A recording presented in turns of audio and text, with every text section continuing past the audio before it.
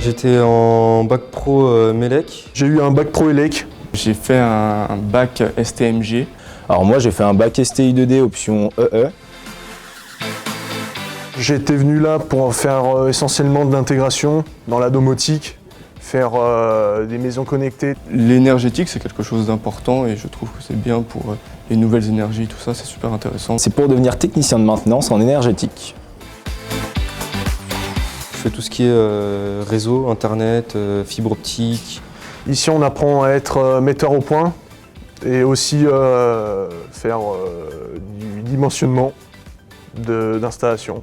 Et là-bas je fais purement de la domotique, que ce soit de l'audiovisuel, de l'automatisme et puis de la vidéosurveillance, sécurité, voilà.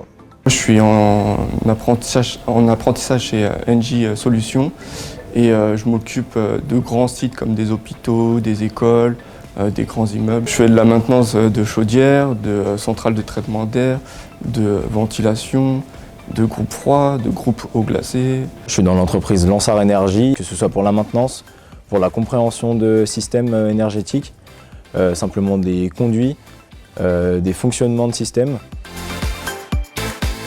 Parce que déjà d'une, il y a la paye. On n'est pas comme en général où on est tout le temps en cours. On va en entreprise, après on a déjà un pied, quand on finit les études, on en a déjà un pied, on a quand même aussi une part d'ancienneté aussi dans la boîte dans laquelle on est. On peut aussi avoir une promesse d'embauche, donc on peut ressortir déjà avec un travail, quoi. Voir que en cours, que de la théorie, ça m'intéressait pas. Moi j'aime bien être sur le terrain, tout ça. Et puis je trouve qu'on peut faire plus la liaison entre cours et mettre en pratique. Alors j'ai choisi le CFAI parce qu'il y a beaucoup dans les ateliers, ils sont très bien conçus et ils sont bien équipés. On a beaucoup de chaudières différentes, de centrales de traitement d'air différentes. On voit beaucoup de choses très variées. Parce que c'est une bonne méthode d'apprendre, c'est complet.